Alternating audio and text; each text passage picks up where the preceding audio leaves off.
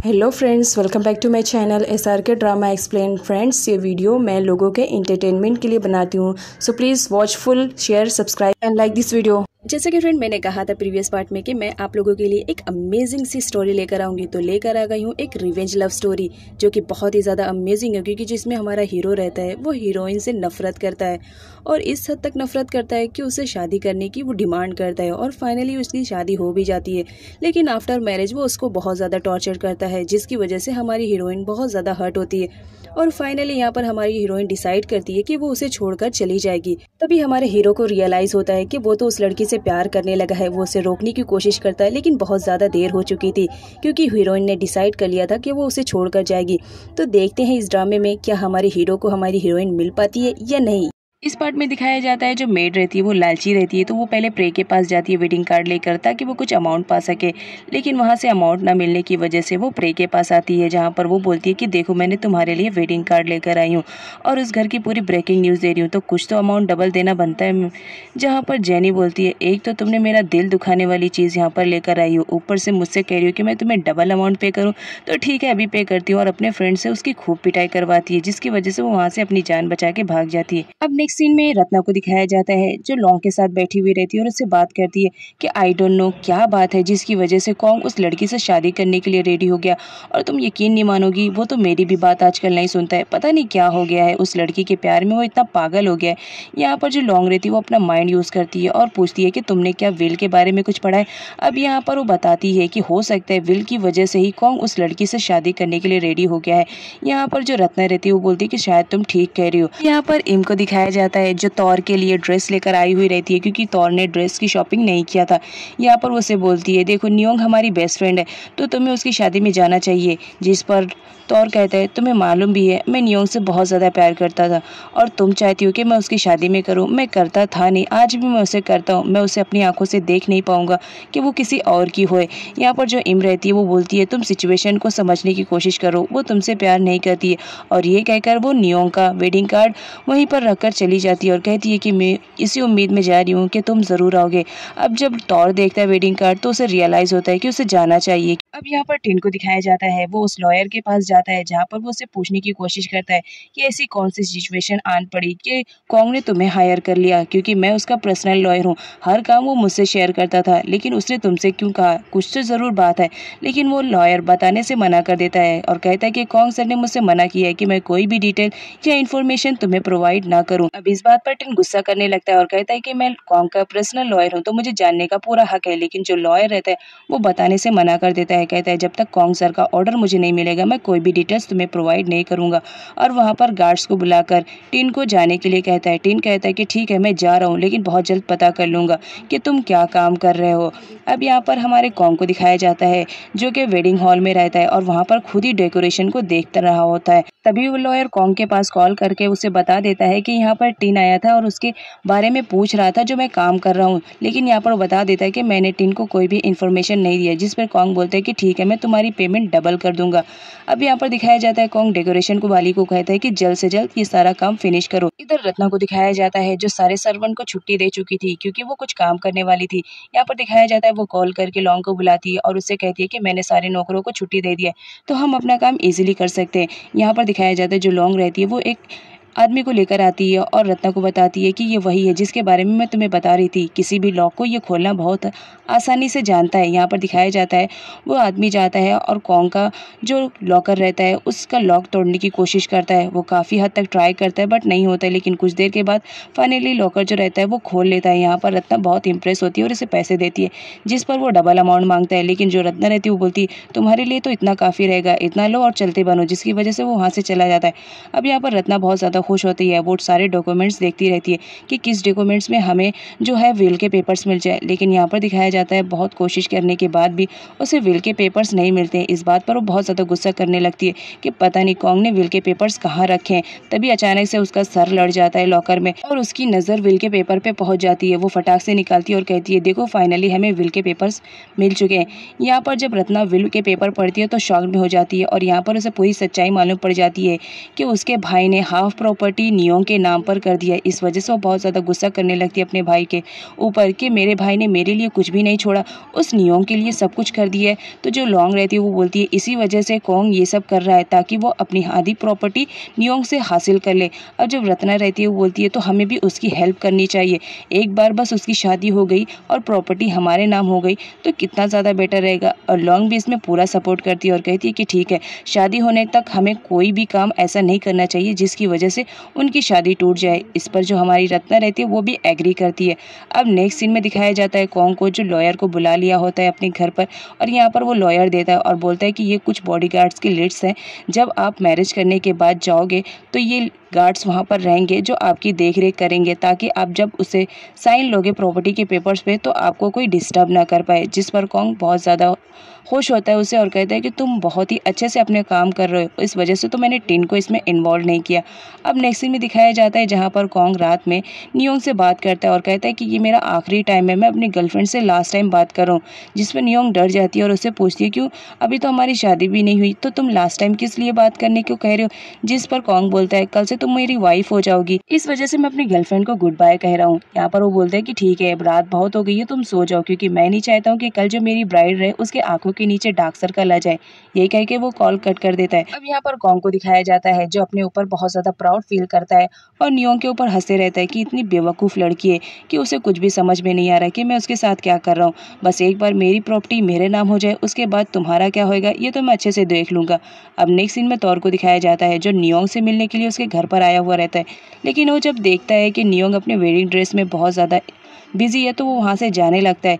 तो जो नियोंग रहती है उसकी नज़र पड़ जाती है और वो तौर के पास जाती है और कहती है कि तुम यहाँ तक आ गए हो तो चलो अंदर बैठकर बात करते हैं। जिस पर तौर बोलता है नहीं, मैं तुमसे लास्ट टाइम मिलने के लिए आया हूँ, हो सकता है मैं कल तुम्हारी शादी में ना आ पाऊँ क्योंकि मुझे बहुत इंपॉर्टेंट काम है। जिस पर हमारी नियोंग साइड हो जाती है और उससे कहती है कि तुम मेरे कितने अच्छे बेस्ट फ्रेंड हो, तुम मेरी शादी में नहीं आओगे तो कितना बुरा लगेगा मुझे।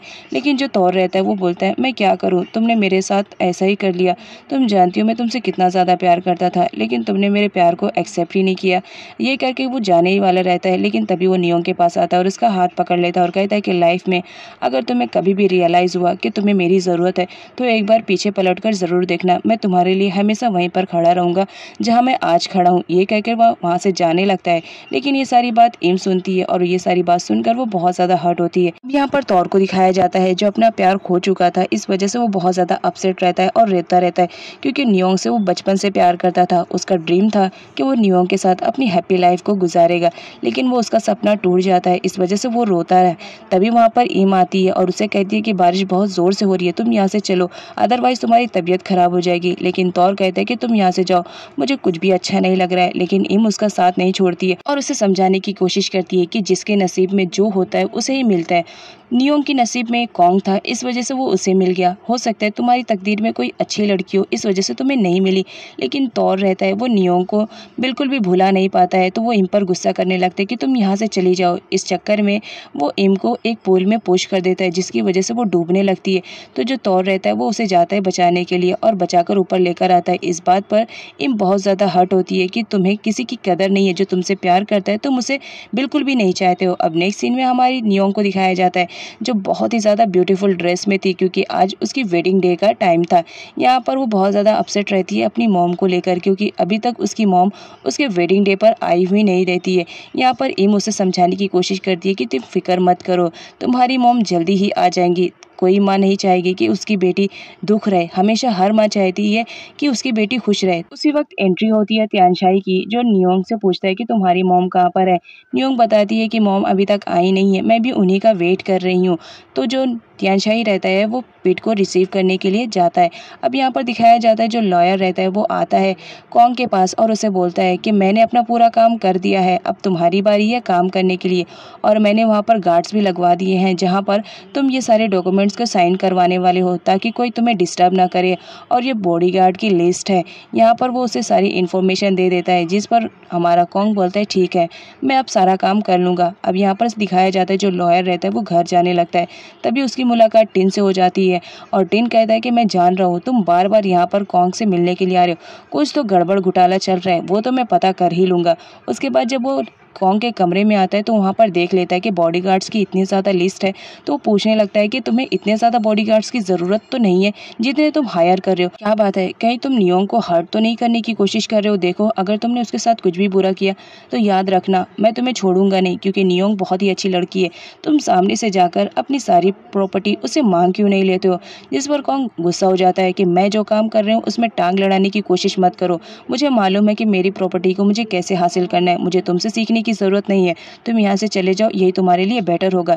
ये कहने की वजह से टिन अपसेट हो जाता है और वहाँ से चला जाता है, लेकिन वो अपने डैड को पूरी इन्फॉर्मेशन दे देता है कि कॉन्ग कुछ तो उल्टा पुल्टा कर रहा है, जिसकी वजह से वो इतने ज़्यादा बॉडीगार्ड्स को हायर कर रहे हैं। हमें कुछ ना कुछ तो करना चाहिए। यहाँ पर कॉन्ग को दिखाया जाता है जो अपसेट बैठा रहता है। तभी वहाँ पर लॉन्ग की एंट्री होती है, जो उसके करीब में आकर बैठ जाती है और उसे कहती है कि मुझे लग रहा है तुम जो कर रहे हो सही कह रहे हो, एक भी प्रॉपर्टी के पेपर्स नियोंग के नाम मत होने देना। अब ये बात सुनकर जो कॉन्ग रहता है वो तो शॉक में हो जाता है कि इसे नियोंग के बारे में कैसे पता चला। यहाँ पर लॉन्ग जो रहती है वो बता देती है कि मुझे सिर्फ इतना ही नहीं, पूरी तुम्हारी सच्चाई मालूम पड़ गई है और ये भी मालूम पड़ गया है तुम प्रॉपर्टी की वजह से ही नियोंग से शादी कर रहे हो। देखो, अगर नियोंग से तुम्हारा दिल भर जाए तो तुम मेरे पास आ सकते हो, क्योंकि मैं हमेशा तुम्हें प्यार करती रहूँगी। और ये कहकर वो उसके करीब में आने लगती है और उसे अपनी बातों में उलझाने की कोशिश करती है ताकि वो उसकी तरफ अट्रैक्ट हो पाए। लेकिन जो कॉन्ग रहता है वो उससे कह देता है कि तुम यहाँ से चले जाओ, मुझे तुमसे अभी कोई बात नहीं करनी है, क्योंकि मुझे कुछ इंपॉर्टेंट काम है, जिसकी वजह से नोंग वहाँ से चली जाती है। अब यहाँ पर रत्ना को दिखाया जाता है जो सारे गेस्ट का वेलकम कर रही होती है। तभी वहाँ पर प्रे भी आ जाती है, जिसे देखकर रत्ना को अच्छा नहीं लगता है। वो उससे कहती है कि तुम यहाँ पर आई हो सिर्फ वेडिंग अटेंड करना, खाना खाना, यहाँ से चले जाना। अब यहाँ पर त्यानशाही को दिखाया जाता है जो पीट के पास आता है। पीट बहुत ज़्यादा अपसेट रहती है तो त्यानशाही उसे समझाने की कोशिश करता है कि तुम्हारी बेटी की लाइफ में ये बहुत ही बेस्ट मोमेंट है, तुम्हें उसके साथ ही रहना चाहिए। अब यहाँ पर जो त्यानशाही रहता है वो किसी तरह पीट को एग्री कर लेता है कि वो उसकी बेटी के वेडिंग में जाए। अब यहाँ पर जो पीट रहती है उसे भी रियलाइज होता है कि उसकी बेटी की वेडिंग में उसे जाना चाहिए, क्योंकि वो उसकी मॉम है। अब यहाँ पर कॉन्ग को दिखाया जाता है जो नियोंग के पास जा रहा था। तभी बीच में मुलाकात उसकी जेनी से हो जाती है। यहाँ पर जेनी उसे पकड़ लेती है और जाने से मना करती है और कहती है कि मुझे नहीं लगता है तुम्हें उस लड़की से शादी करना चाहिए, क्योंकि वो लड़की बहुत ही ज़्यादा सेल्फिश है। मुझे लग रहा है कि वो सिर्फ तुम्हारे प्रॉपर्टी के लिए तुमसे शादी कर रही है। लेकिन देखो, अगर तुम मुझसे शादी करना चाह रहे हो तो करो, लेकिन लाइफ में अगर तुम मुझे कभी अपने पास बुलाना चाहोगे तो मैं हमेशा तुम्हारे पास आने के लिए रेडी रहूंगी। पास ही में प्रे खड़ी रहती है और ये सारी बातें सुनकर वो बहुत ज़्यादा जेलसी फील करती है और इसकी वजह से प्रे और जेनी के बीच में एक बार फिर से फाइट हो जाती है, जहाँ पर गार्ड आकर उन दोनों को रोकते हैं और कहते हैं कि अगर तुम दोनों सही से नहीं रहोगे तो यहाँ से निकाल दिए जाओगे। यहाँ पर कॉन्ग को दिखाया जाता है वो नियोंग से मिलने के लिए जा ही रहा होता है, तभी उसकी आड़ मिल जाती है और उस पर बहुत ज़्यादा फक्र करती है और कहती है कि तुमने जो भी डिसीजन लिया बहुत सही लिया है। यहाँ पर कॉन्ग को तो कुछ भी समझ में नहीं आता है। तभी जो रत्ना रहती है उसे बता देती है कि मुझे पूरी सच्चाई के बारे में मालूम पड़ गया है कि तुम नियोंग से शादी क्यों कर रहे हो। उस विल की वजह से ना कि हाफ प्रॉपर्टी जो उसके नाम हो चुकी है वो तुम्हारे नाम हो जाए, लेकिन इसके बदले मुझे भी तो कुछ मिलना चाहिए। और वो यहाँ पर कुछ पैसों की डिमांड करके वहाँ से चली जाती है, ये कह के कि अगर तुमने मुझे पेमेंट कर दिया तो मैं ये शादी को प्रॉपरली होने दूंगी। अब यहाँ पर पीट को दिखाया जाता है जो त्यानशाही के साथ अपनी बेटी की शादी में आ चुकी होती है। यहाँ पर रत्ना को दिखाया जाता है वो गेस्ट का वेलकम कर रही होती है। तभी वो पीट को देखती है। यहाँ पर वो पीट के साथ बहुत नॉर्मली अंदाज में बात करती है। पीट को भी अजीब लगता है कि आज इस लड़की के मुंह से इतनी प्यार भरी शब्द कैसे निकल रहे हैं, लेकिन वो कुछ भी नहीं बोलती है। यहाँ पर जो रत्ना रहती है वो बस यही चाह रही होती है कि इन दोनों की शादी हो जाए। अब यहाँ पर हमारी नियोंग को दिखाया जाता है जो अपनी मॉम के लिए बहुत ज़्यादा अपसेट रहती है।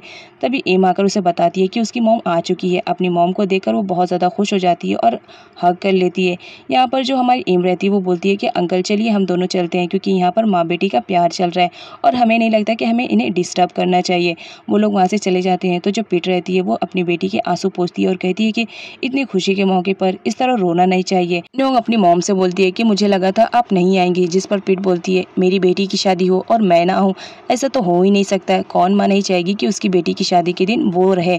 अब यहाँ पर हमारे तौर को दिखाया जाता है जो कि सैलून के पास से गुजर ही रहा होता है। तभी वो आदमी को देख लेता है, वो किसी को पैसे दे रहा होता है। तो वो उसे पूछने की कोशिश करता है कि तुमने उस लेडी को पैसे क्यों दिए हैं। इस वक्त आंट भी शॉप पर नहीं है तो तुम किस लेडी को पैसे दे रहे हो और क्यों दे रहे हो। तो वो जो आदमी रहता है वो बताने से मना करता है और वहाँ से भागने लगता है। तो जो तौर रहता है उसे पकड़ लेता है और कहता है कि आज तो सच्चाई जाने बगैर मैं तो तुम्हें यहाँ से जाने नहीं दूंगा, और उसकी खूब पिटाई करने लगता है। इस चक्कर में उस आदमी के पास जितने भी डॉक्यूमेंट रहते हैं वो सब गिर जाते हैं। वो उसे सॉरी बोलता है और कहता है कि मुझे छोड़ दो। यहाँ पर जो तौर रहता है वो बोलता है कि जब तक तुम सच्चाई नहीं बताओगे मैं तुम्हें नहीं छोड़ूंगा, क्योंकि फर्स्ट डे से ही मुझे तुम पर डाउट है, इस वजह से मैं पूछ रहा हूँ। यहाँ पर जो तौर रहता है उसकी नज़र पड़ जाती है डॉक्यूमेंट पे, तो वो जाता उठाता है, जहाँ पर वो देख लेता है कि सरयून किसी और के नाम नहीं बल्कि कॉन्ग के नाम है। तो वो उस आदमी से पूछने लगता है कि उसने ऐसा क्यों किया।